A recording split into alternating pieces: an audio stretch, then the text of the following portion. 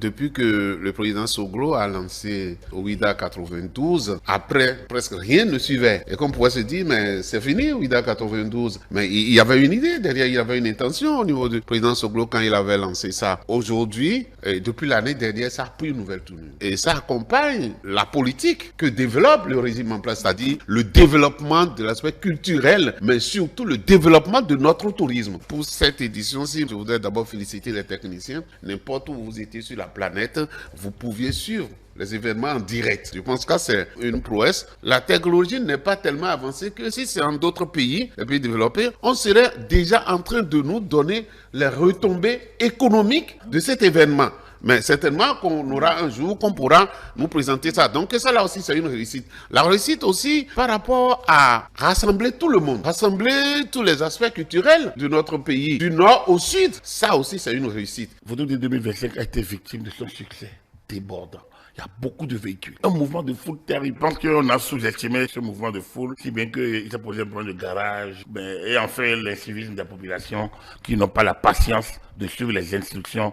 Mais qu'à cela ne tienne, je retiens simplement le succès de l'organisation, le succès des prestations, le succès des manifestations et l'engouement populaire. Le succès médiatique, au-delà, le gain politique doit s'élargir vers maintenant l'accaparement de l'histoire du pays par les Béninois.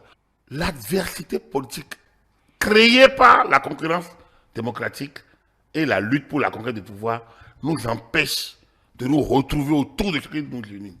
Alors ce Bénin qui nous unit, comment nous le vivons? C'est à travers ces moments historiques, comme on en a vu aujourd'hui, où tout le monde converge vers une idéal. On va à la recherche de notre culture, mais on va aussi à l'union de nos cultures. Voilà, mettre les gens ensemble, mettre les intelligences ensemble pour qu'elles convergent et travaillent au bien commun n'est jamais chose facile. Donc il faut en féliciter le gouvernement et tout le comité d'organisation. Il y a forcément beaucoup de ratés. Il faut arriver à nous convaincre que ce qui nous réunit est plus important que ce qui nous divise, ce qui fait que nous sommes différents. Il y a divers angles, divers moyens de prendre appui sur ce focus, sur cette emphase. Nous devons, chemin faisant, évoluer et pour nous approprier la chose, savoir que nous devons y mettre de nous-mêmes, y mettre du prix.